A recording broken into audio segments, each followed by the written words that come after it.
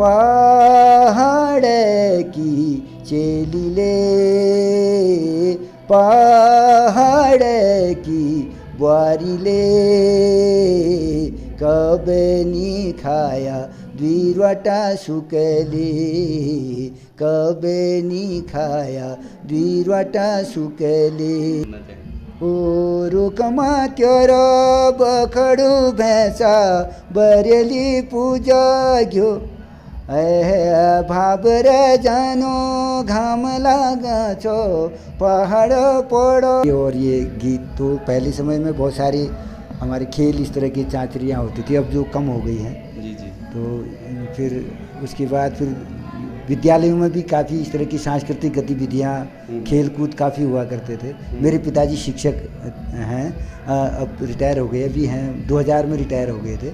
मैं पिताजी के साथ ही रहा जब 2-3 वर्ष का था तब से।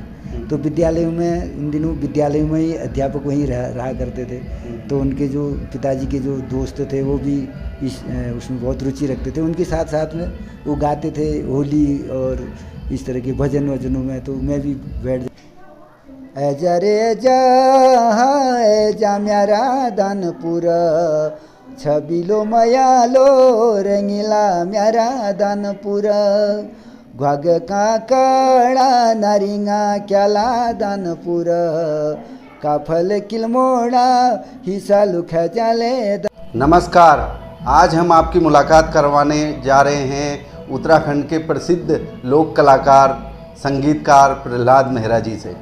बहुत स्वागत है दादा आपका। धन्यवाद, आपका भी बहुत बहुत स्वागत है आज की वार्ता में। जी जी।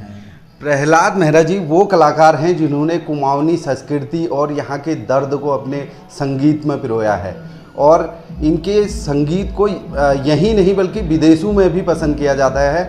आइए उनसे जानते हैं कि कहाँ से ये प्रेरणा मिली उनको कि संगीत के माध्यम से यहाँ के जो दर्द है उसको उजागर किया जा सकता है। ये कहाँ से दाजू आपको प्रेरणा मिली? ये तो बचपन से ही, जब मैं बचपन में तो हमारी ईजा भी बहुत अच्छा गाती हैं चांचरी, जो चांचरी और ये गीत तो पहले समय में बहुत सारे हमारे खेल इस तरह की चांचरियाँ होती थी, अब जो कम हो गई हैं। जी जी। तो फिर उसके बाद फिर विद्यालयों में भी काफ़ी इस तरह की सांस्कृतिक गतिविधियाँ खेल कूद काफ़ी हुआ करते थे। मेरे पिताजी शिक्षक हैं, अब रिटायर हो गए, अभी हैं 2000 में रिटायर हो गए थे।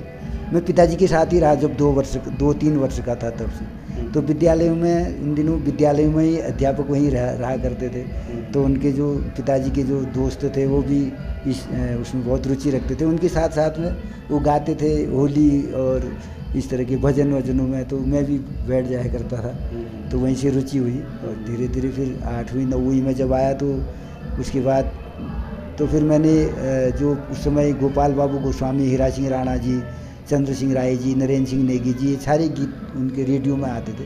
रेडियो में सुन के फिर मेरा भी मन हुआ कि मैं भी कि कभी इस तरह से गा सकूँ क्या। तो धीरे धीरे ऐसा बना कि पहला गाना कौन सा था दादी आपका? मैंने जो पहला गाना गाया था ये लोकगीत था, रुकमा तेरो बखड़ू भैंसा बरेली पूजा घ्यो। एक लाइन सुनना चाहिए।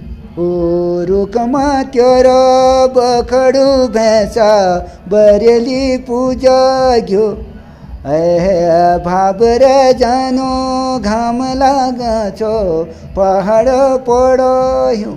बहुत बहुत सुंदर दाजू। और दाजू एक गाना आपका नरेंद्र सिंह नेगी जी के साथ भी आने वाला है, तो वो कौन सा गाना है?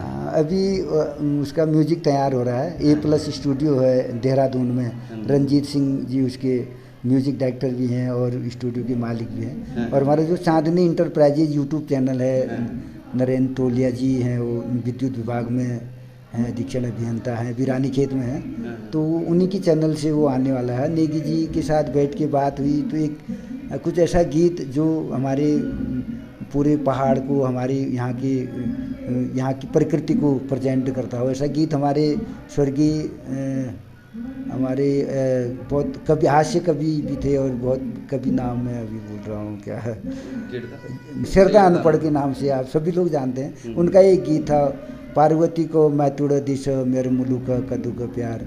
तो उस कविता पर हम गीत बना रहे हैं। नेगी जी और मैं उसमें साथ गाएंगे और म्यूजिक रंजीत जी देंगे और अपना चांदनी इंटरप्राइजेस। वो मुझे अभी थोड़ा सा एक लाइन याद है।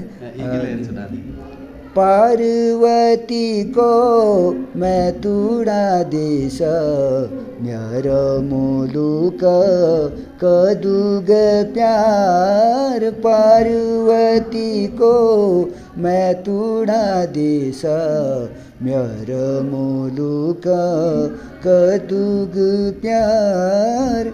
इस तरह से आगे पूरे ये प्रेरणा आपको कहाँ से मिली कि पहाड़ के दर्द को आपके गानों में झलक दिखती है, बहुत पसंद किया जाता है कुमाऊनी आपके गाने को, तो ये प्रेरणा ये मतलब गीतों को सुन करके, जैसे कि हम बहुत पहले से बहुत पिछड़े हुए, हम जनपद हमारा पिथौरागढ़ सीमांत जनपद बहुत पिछड़ा हुआ है कि वहाँ की आवाज़ को उठाने वाला कोई इस तरह का न वहाँ पर कोई आज के जैसे न संसाधन भी नहीं थे। तो ऐसी जो पुराने कलाकारों को सुनता था, गोपाल बाबू गोस्वामी जी को, राही जी को, नेगी जी को, तो मैं नेगी जी के गीतों से बहुत प्रभावित हुआ। उनके गीत बहुत अच्छे, मतलब संस्कृति पर भी होते थे और समाज पर भी होते थे और सरकार पर जो सरकार को करना चाहिए वो नहीं सरकार कर पाती थी। गीतों के माध्यम से लोगों की आवाज़ बनते थे। और गिरदा थे नैनीताल में, तो इन लोगों के सानिध्य में, गिरदा के संपर्क में रहा, अधिकतर राणा जी के संपर्क में भी रहा, राही जी के भी संपर्क में रहा, गोपाल बाबू जी के संपर्क में गीत नाटक प्रभाग में 3 वर्ष में वहाँ भी मैंने काम किया। तो इन लोगों से सुन कर के गीत ऐसे भी होने चाहिए कि उसमें मनोरंजन भी हो और अपना सौंदर्य भी हो पहाड़ का, और पहाड़ के जो कष्ट हैं वो भी गीतों में आए तो उसमें और बढ़िया उसको किया जा सकता है। ऐसे मन में भाव आया तो वही अभी भी कर रहे हैं, आगे भी करते हैं। मेरा जी मैं जैसे गाने तो आपके सारे अच्छे गाने हैं, लेकिन कोई गाना ऐसा जो आपको विशेष अच्छा लगता हो, 1-2 लाइन उसके? गीत वैसे मुझे तो सभी अच्छे लगते हैं, लेकिन एक गीत जो आज से 25-30 वर्ष पहले की जो हमारी पहाड़ की समस्या थी उस पर मैंने लिखा था, तो वो गीत आज भी लगभग कई जगहों पर वो अभी सार्थक है। पहाड़ की चेली ले, पहाड़ की बुआरी ले, कब नी खाया द्विरवटा सुकले, कब नी खाया द्विरवटा सुकले। रात उठी पोस गणना, पानी ले भरी लूणा, बिन कलेवार वट खाई तुले जान घास काटना।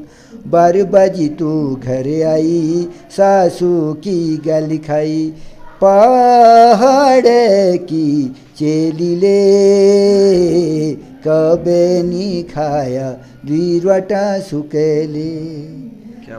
क्या बात है दाजू। एक गाना हाल ही में आपका ऐजा मेरा दानपुरा काफ़ी प्रसिद्ध और काफ़ी सुपर हिट आपका वो सॉन्ग रहा है, बहुत पसंद किया जा रहा है लोगों द्वारा। 1-2 लाइन उस गाने के भी सुनना चाहेंगे? ऐजा रे ऐजा मेरा दानपुरा, छबिलो मयालो रंगीला मेरा दानपुरा, घग का कड़ा नारिंगा क्याला दानपुरा, काफल किलमोड़ा हिस्सा लुखा जाले दानपुरा। धानुली कंगी टूटली आफी टूटली, धानुली खोर कुटरिया रोज, नैनुआ पैसे लगाला आफी लगाला, नैनुआ फोन करिए रोज।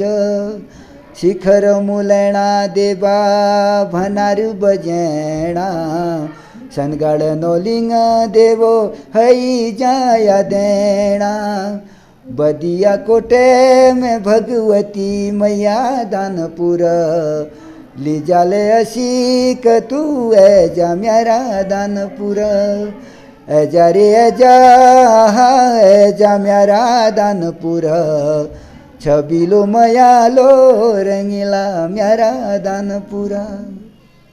बहुत बहुत धन्यवाद। हमारे साथ में थे प्रहलाद मेहरा जी, जिनने कुमाऊनी संस्कृति को, यहाँ के दर्द को, और क्योंकि यहाँ की जो पहाड़ की भौगोलिक परिस्थिति है काफ़ी जटिल परिस्थिति में यहाँ की जो महिलाएं, विशेषकर महिलाओं के लिए इन्होंने सम्मान पे गाने बनाए हैं और यहाँ की भौगोलिक परिस्थिति, यहाँ की कमजोरी को भी दर्शाया, यहाँ की पीड़ा को भी विश्व तक पहुँचाने का प्रयास किया है। बागेश्वर से जगदीश पांडे, उत्तराखंड तक।